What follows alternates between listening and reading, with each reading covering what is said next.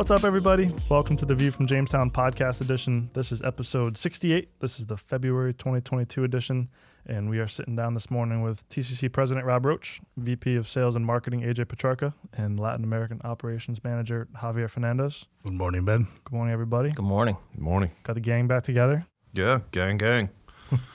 We're here. What's going on? How you guys doing? Excellent. Excellent. Can't complain. Fantastic. Fantastic. I'll say fantastic. I think that's a good way to describe how I'm feeling. That's a good way to feel. Yeah, I can't complain. Can feel better. We're maskless. We are Did you guys maskless. go maskless on the last podcast, or I think we did. we did you did. follow through with that? So this is the second maskless. Yeah, I think we did. I We think did so. maskless. Yes. I think it just, like, I can hear you guys better in my head. Like, I think it just sounds better not having the masks. I can breathe better. Breathe better. Yeah. Minorly important. But yeah, nice to be maskless on an episode. Seems like there's a whole bunch of stuff going on. Starting off the list with the current situation with Russia and Ukraine, something we're following very closely. I'm assuming even if this comes out in the next 24 hours, that there'll be a lot more changed and updated. But as of today, I guess Russia has not yet invaded Ukraine. Right. But something we're keeping a close eye on, which has obviously some major global implications, as well as, specifically the chemical industry. That's going to continue to impact energy availability, energy pricing. A lot of concerns from some of our European supply partners. No doubt. Big concerns. Something that we're, I guess, just kind of waiting and seeing for now. We've heard mixed reports on what's going to happen, and something that we're, I guess, hopeful doesn't happen, obviously, but something that's could potentially make a major impact. Dramatic impact. Yeah, 30% of crude into Germany, natural gas pipeline. I mean, it's we're teetering on the edge of disaster here. Something we've talked about for a little bit too. Like, I know European energy prices have been high, so something that would only drive energy prices even higher.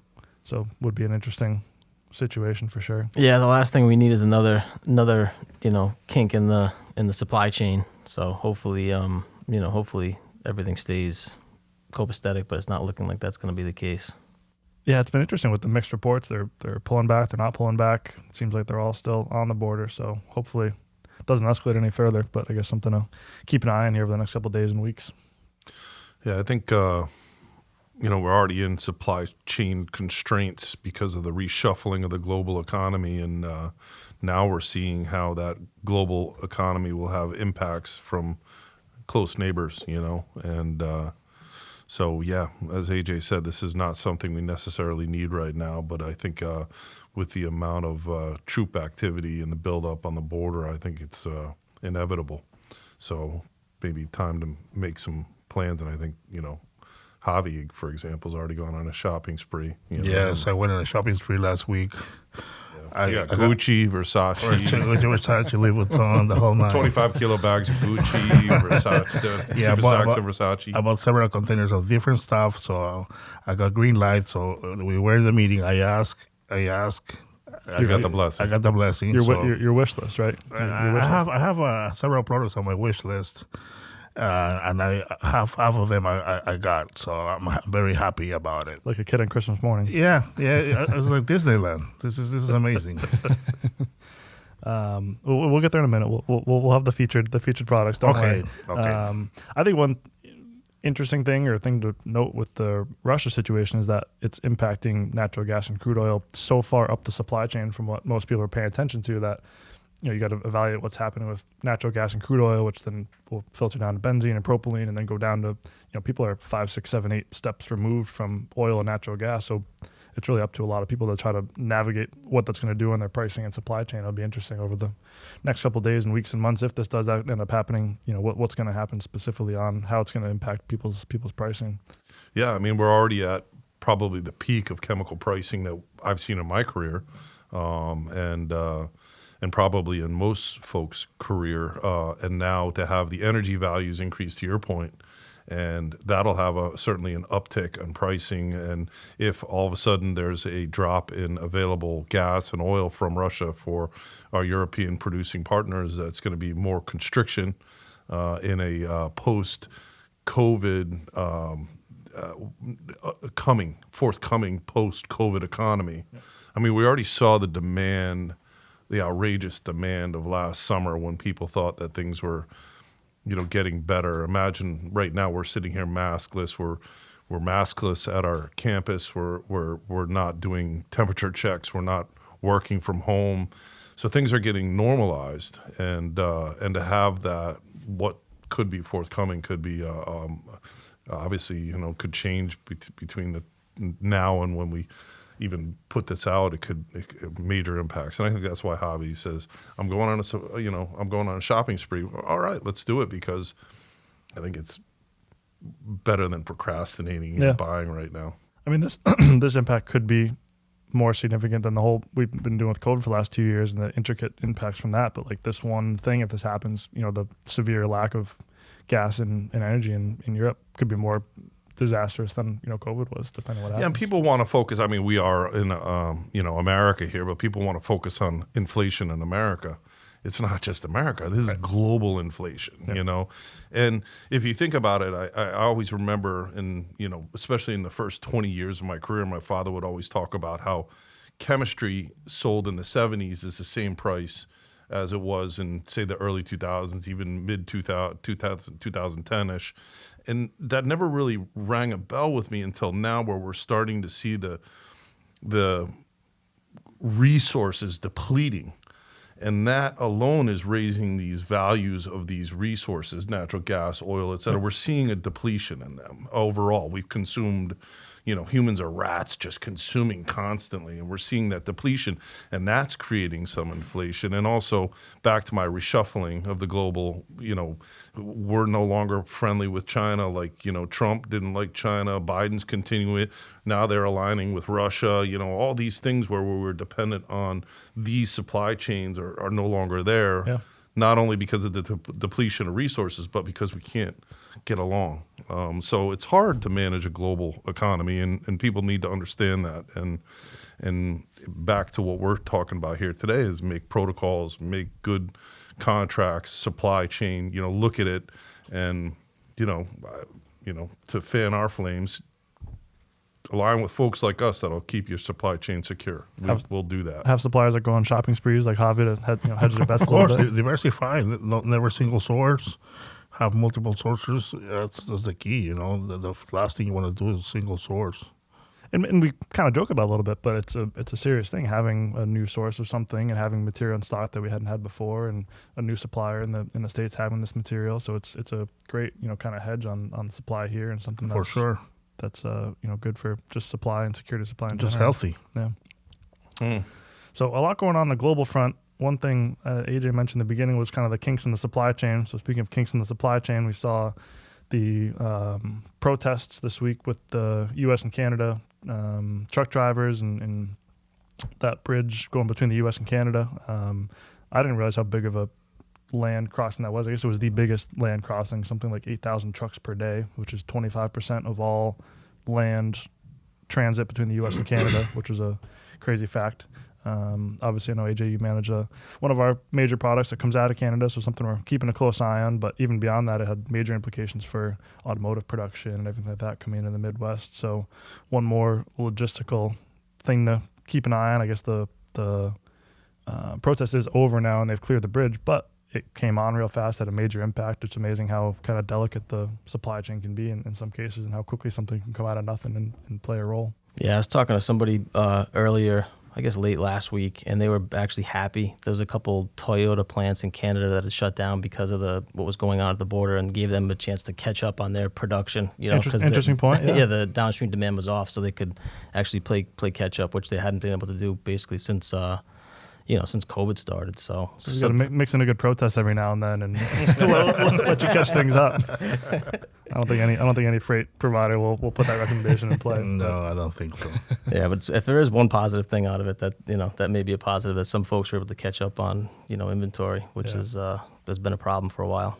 But we talk a lot about the shortage of drivers and how impactful that is, and obviously I think maybe the drivers are starting to realize they've got some say in it, and doing things like these protests and fighting for their rights and mandates and things like that. It's another interesting kink in the supply chain, and goes beyond just driver availability. It's the fact that they can almost, I guess, sort of unionize, if you want to call it, and play a big role in availability for trucking. Yeah, it didn't affect our shipments from Canada to the U.S. too much, because the drivers that are crossing the border were already vaccinated and on with the program anyway. You know, I think a lot of those people that were protesting were just, you know, within Canada driver type people. So, you know, we were luckily, knock on wood, pretty much okay throughout the whole thing with a lot of the business that we do from Canada to the U.S. And I guess there are still some protests going on in Canada. I don't know how much you've looked at that or talked to your contacts in Canada, but I guess there are some other ones going on in different cities and areas in Canada. So something to keep an eye on if anyone's moving freight in and around Canada, I suppose. Yeah, the restrictions in Canada have been much more severe than ours. I mean, they've kind of followed more the European protocols, and it mandates were in our courts, they were rejected, which has been great because there's a shortage of nurses and doctors, there's a shortage of truck drivers, and you can't continue to throw different rules at these depleting resources of people. And yeah, it was kind of bizarre to me, you know, because I think, you know, we talked, kind of joked about it earlier, but like during the pandemic, it's like the Canadians were happy to be isolated up there, and we were kind of like, rah, we want to get out of this, you know, and everybody said, well, the vaccines are the way to get us out of it. No, the way to get out of this was, you know, basically in South Africa, the virus got weaker, wanted to spread more than kill more, and it wasn't the vaccines that got us out of it. It wasn't the masks that's got us out of it. It was a natural progression of a virus, and hopefully it's gotten us out of this at this point. But the government has been very slow in they're creating mandates, but slow in eliminating mandates. So, and that's just the way government is. They're the biggest, slowest moving thing. So if we're depending on them for how to navigate this pandemic, it's going to be slow. So it's important to allow these people to protest. I think it's very important to allow these people to protest, and I think they got some results. If I'm not mistaken, they got some results out of this. If nothing else, had their message heard, which is in and of itself valuable. Yeah, I mean, you know, the economy's got to keep moving. You know, we're still now just starting to understand the impact of the isolation, the effects on businesses, the effects it's not just, you know, God help all the people that died of COVID, but you know, the impacts are going to be long lasting. You know, so maybe we've learned something from this going forward. Yeah, and the Canada and U.S. contract was interesting. Like, we were traveling last fall, and you were talking to some of your Canadian customers and suppliers, and they were still on lockdown and couldn't travel. And we're like, what do you mean you can't? Like, you know, we're traveling, we're about to trade shows, and you know, they can't come to the U.S. for, you know, either shows or meetings. So it was surprising to see how long it was still a contrast. I think there still is a bit of a contrast with their policies versus here. It was funny because even people, like, we'd have meetings with people in the U.S., you know, with people from Canada, and then you talk to other people that were in Canada. I don't even think that they knew that they could come to the U.S. or didn't try to navigate the pathways to be able to come here. So that, like Rob said, they're probably just happy to be locked down type of thing. Like, they're you know, not traveling. We don't need to travel kind of thing. But it was kind of funny to see the difference from U.S. to Canada. Yeah. They still made it to Florida somehow.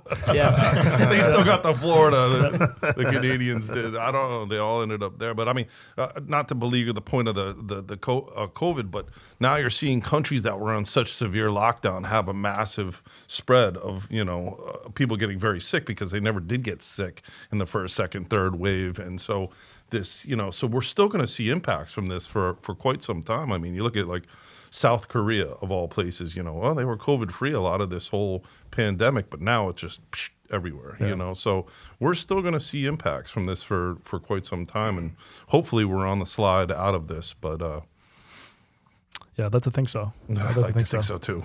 Thinking about China a little bit, we obviously, if anyone's been watching TV, has seen some of the Olympics going on. So I think we're somewhere between the middle and the end of the Olympics in China.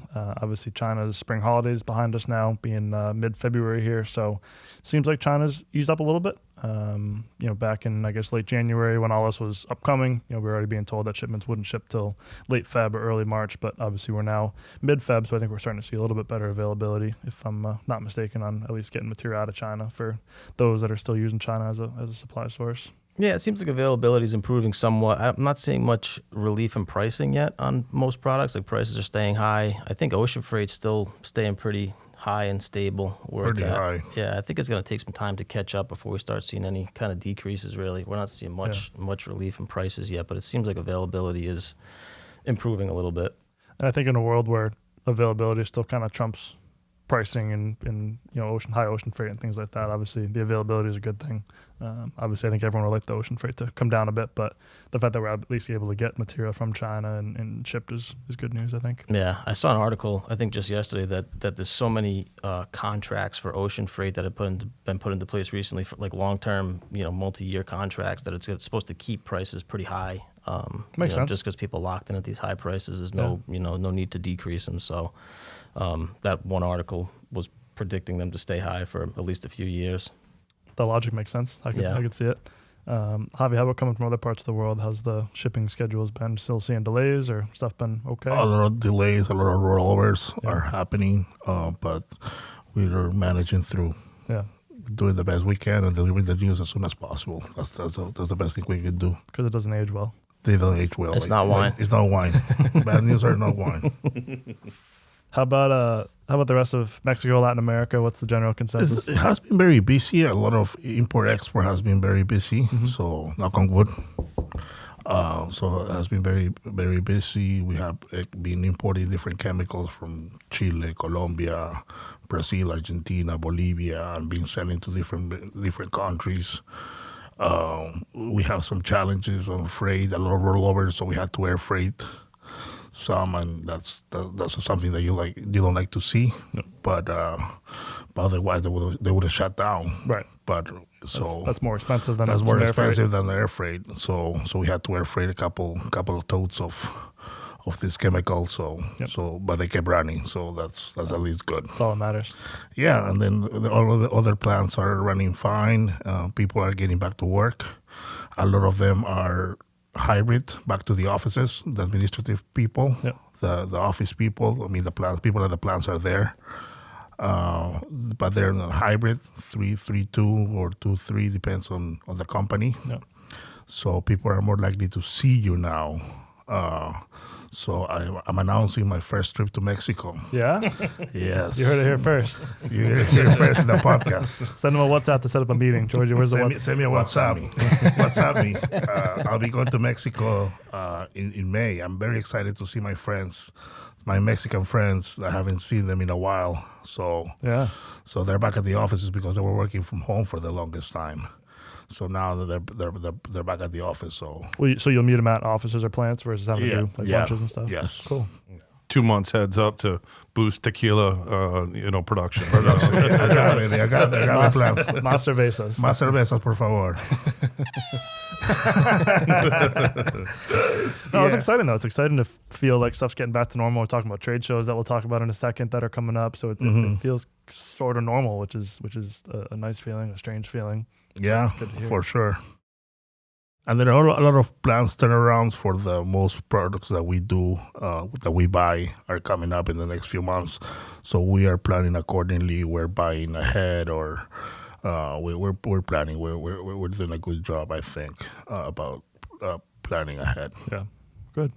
Sounds like one of the more positive Latin American reports we've had recently. So that's all good. Yeah, I think so. And we have our agents very busy. We have agents in Colombia, in Venezuela, in Mexico, in Brazil, and they keep my WhatsApp and my phone active. So it's good.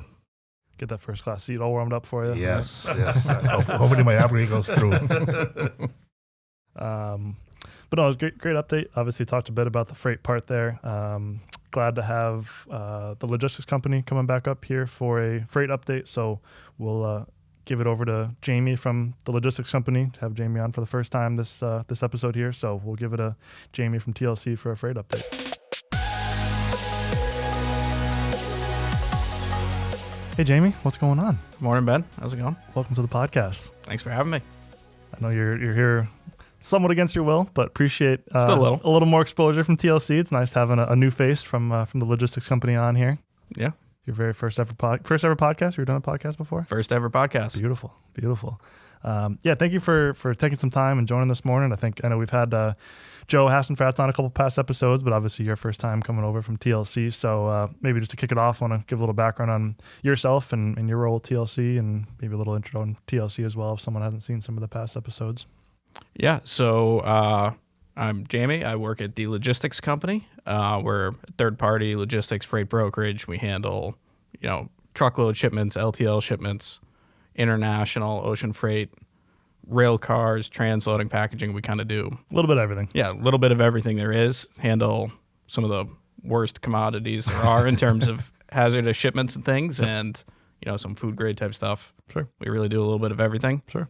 I've been with the company for 4 years now, and primarily manage the rail shipments, the rail fleet, our packaging operations, our transload operations, and a lot of the project type things we work on. So all the most tedious and kind of difficult things to work on, basically. I view it as the most fun, but yeah, that's the spin you need on it. That's the spin you need.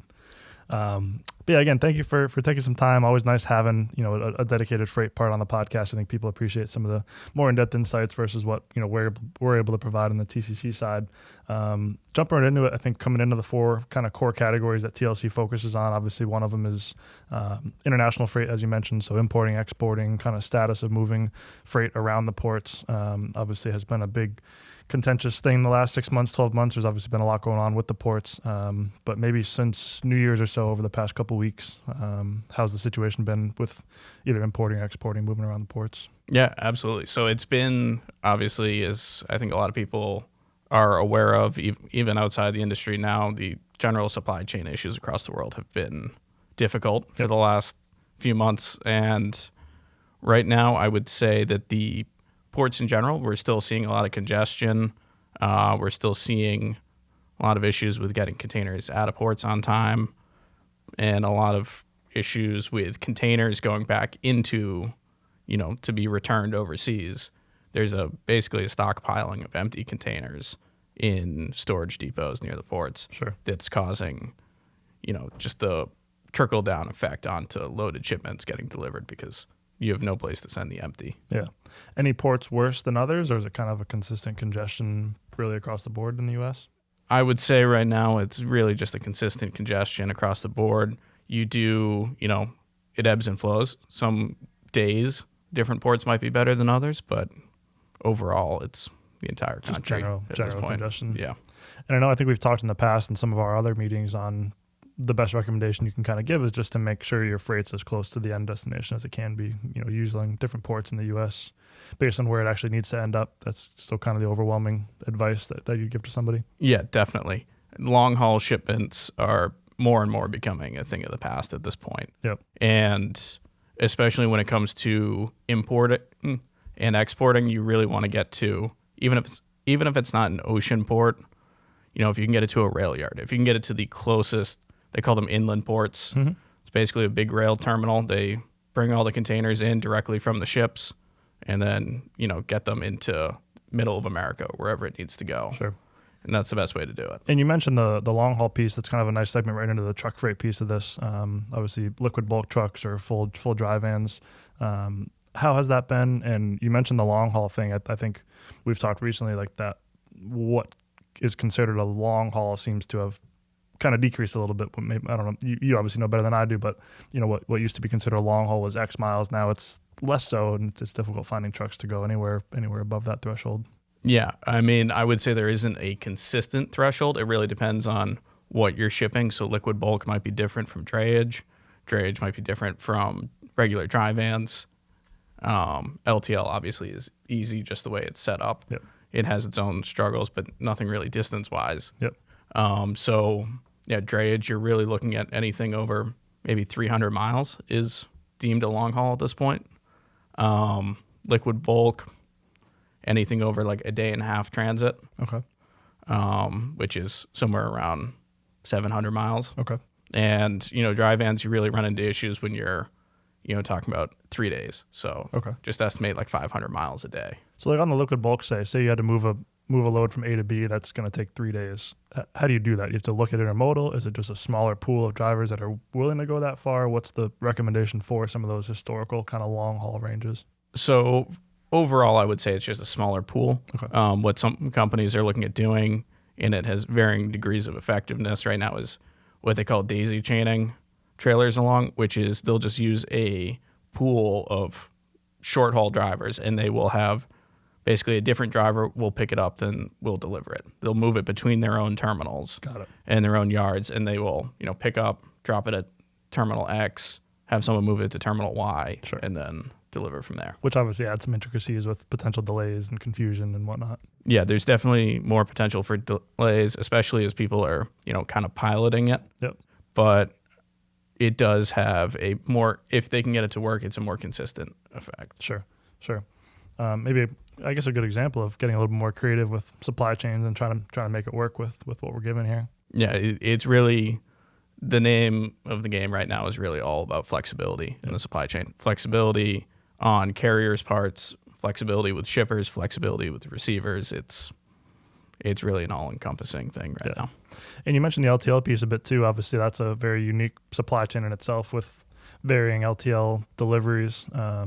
I know obviously TLC manages a significant number of LTL lanes and warehousing and things like that. So how's the general kind of LTL landscape been recently? Well, LTL is, as we always say, it's always fun.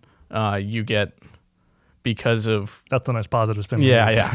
Because of, how it works with so many people touching it, you very often have delays in those. You very often have paperwork issues. LTL going like cross-border, for instance, is always delayed by 2 days maybe, crossing the border. Yep. And it's just, you have to remember, if you're a shipper, if you're a receiver, the odds of your paperwork, if it's not in a pouch attached to a pallet, for instance, the odds of your paperwork getting through with that bill of lading, anything else, to the end receiver is so limited at this point. Yep. So it's, if you're sending customs documents, if you're sending a certificate of analysis, if anything like that, it needs to be in the pouch, emailed to whoever it needs to get to.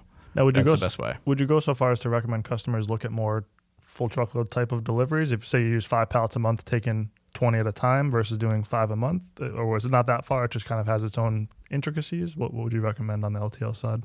I would say they both have their own intricacies. Definitely, if you get to volumes that it makes sense for your company, if it's something where you can manage it, if it's, say, 4 pallets every 4 months or something, and it's pretty rateable at that, then that might be a good option for you. But the biggest issue is when you get into what's called the volume LTLs.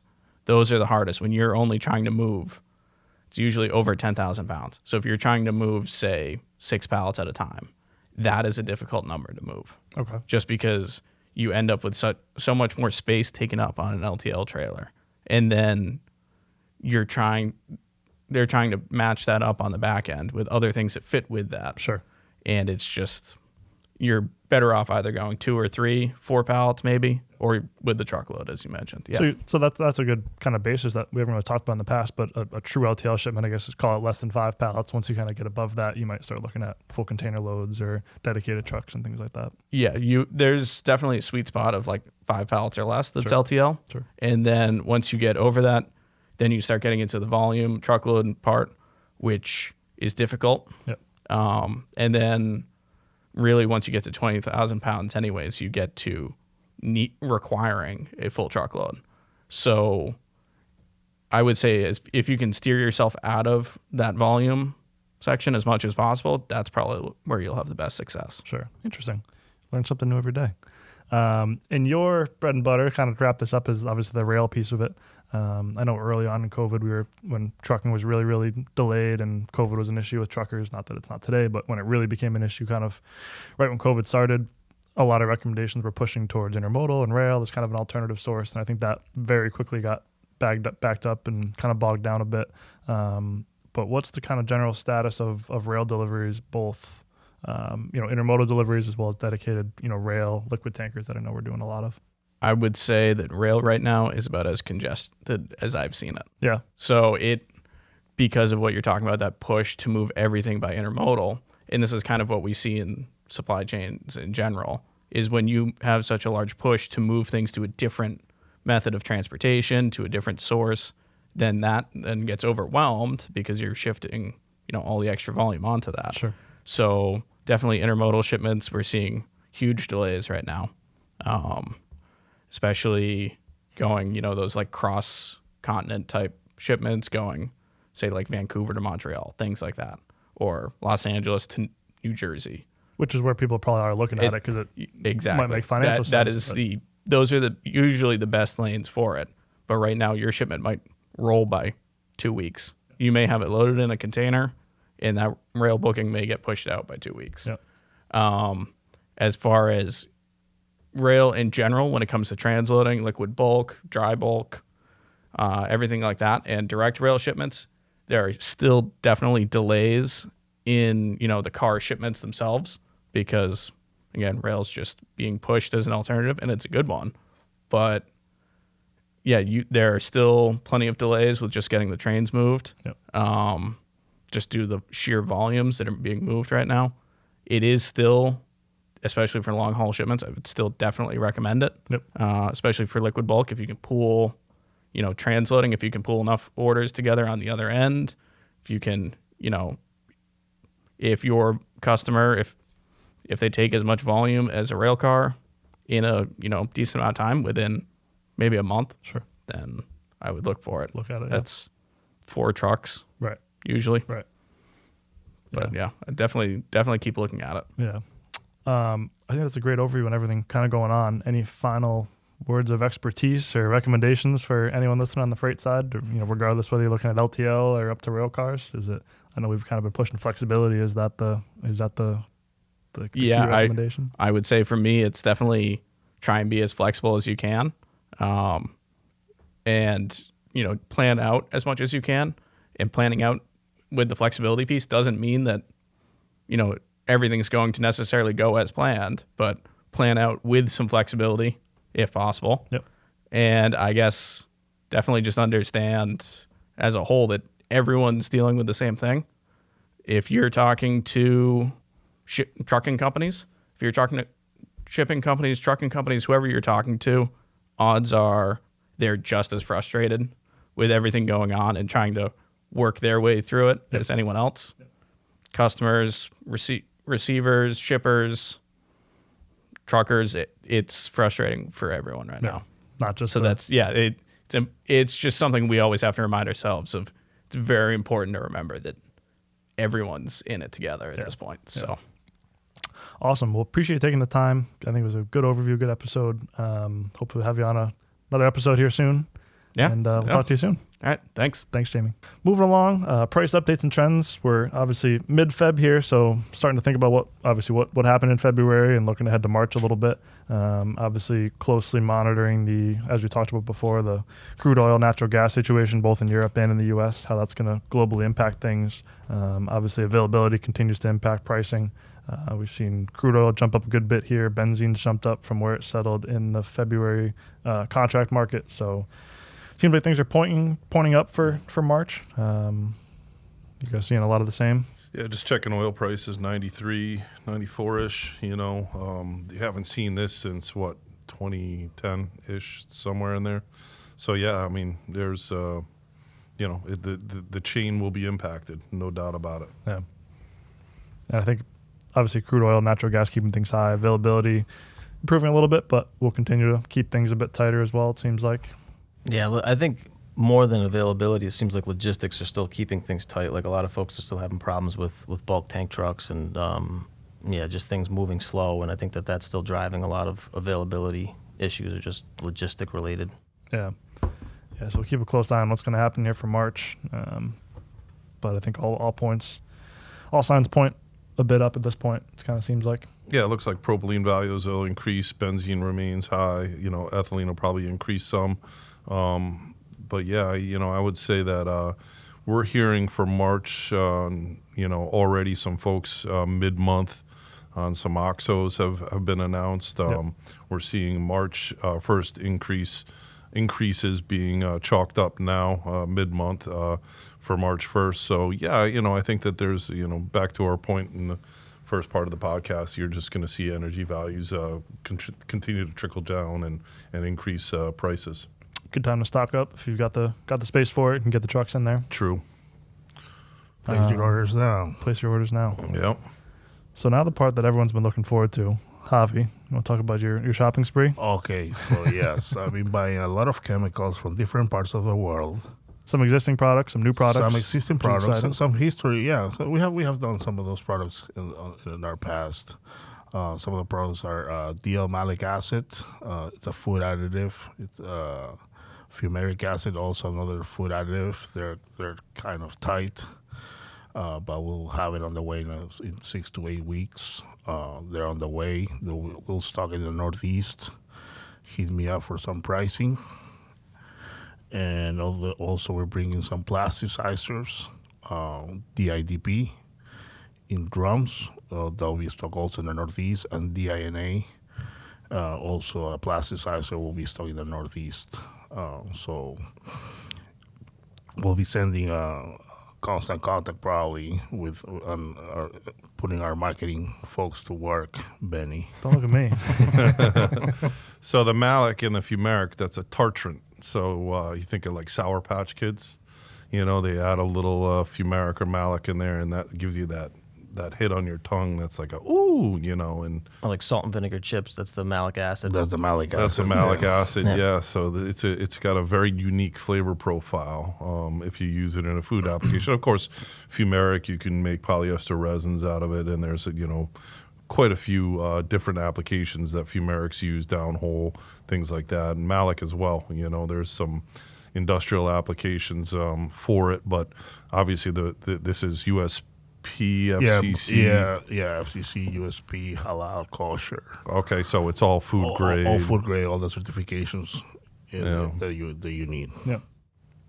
And of course, the DINA, DIDP wire and cable products, very tight with isononyl alcohol being relatively tight.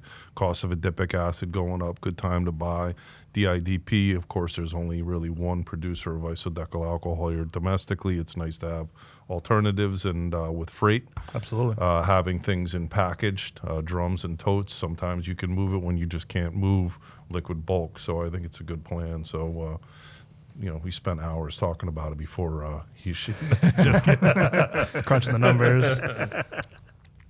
No, but it's a lot of exciting stuff. It's some new products or things we haven't had in stock ourselves for a long time. Yeah. It's a lot of existing products, the DINA, DIDP, things we've obviously historically done, but mixing in new supply chains, new producers, Yep. new packaging types, committing to have more packaged material in the U.S. So a lot of exciting things in there. We're committing to the market. we are. And it's in the vein of acids, alcohols, and esters, which is a lot of what we do. Yep. From food to industrial and across all applications, we want to grow that business. So, so he's doing a great job, and AJ is, and Ben is, and the rest of the sales team in growing in these different directions, integrations. And the perfect time to talk about all those new products is some of our trade shows coming up here, which is very exciting. It's nice to see a normal calendar year starting from January of shows. What's coming up?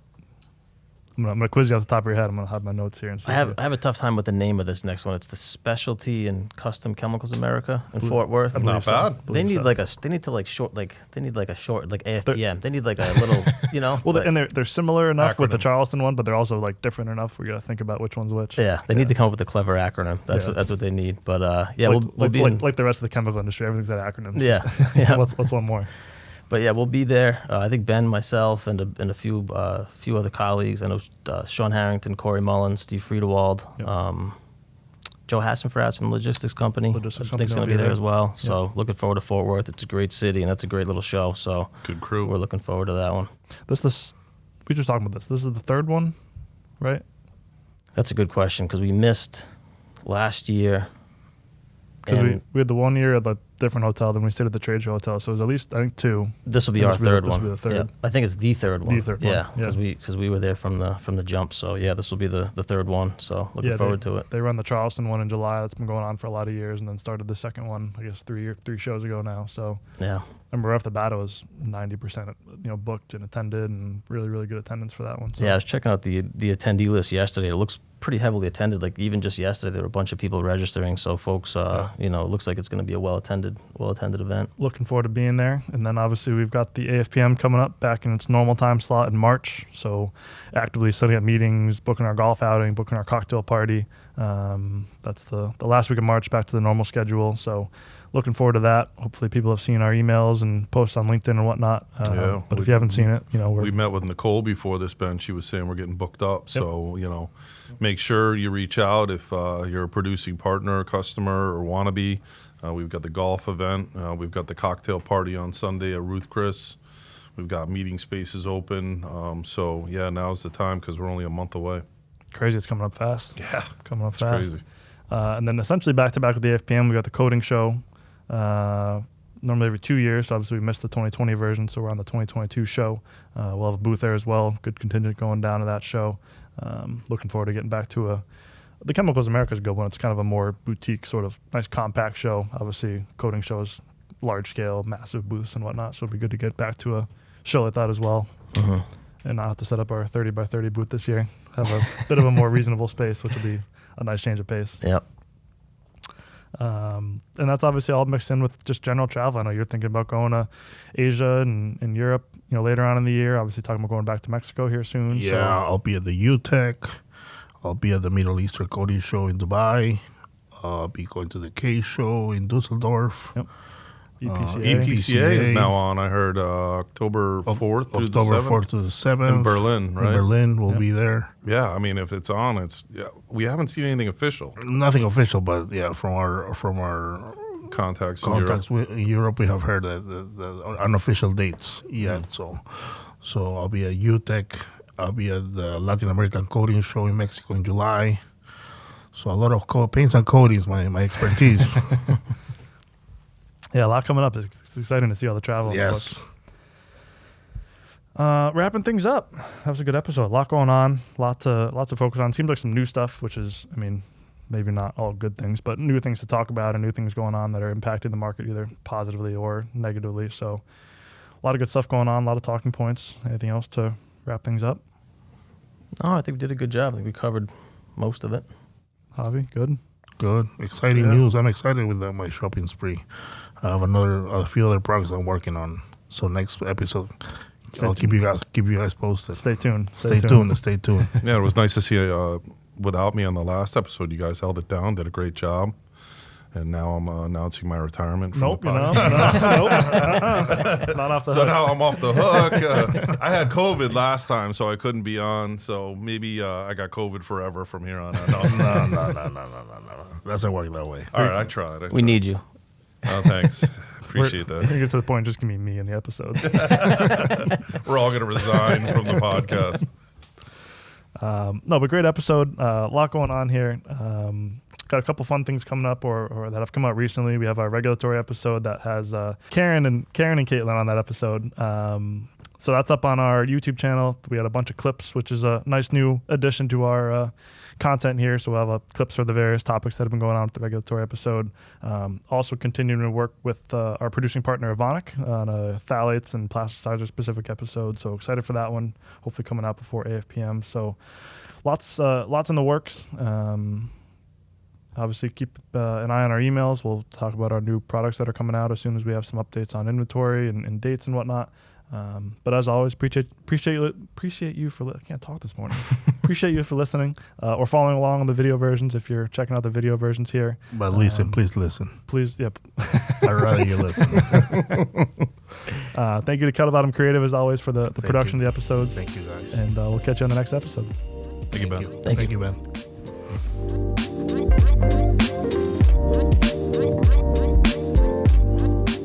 Thank you for streaming the View from Jamestown podcast edition. Like and subscribe for more.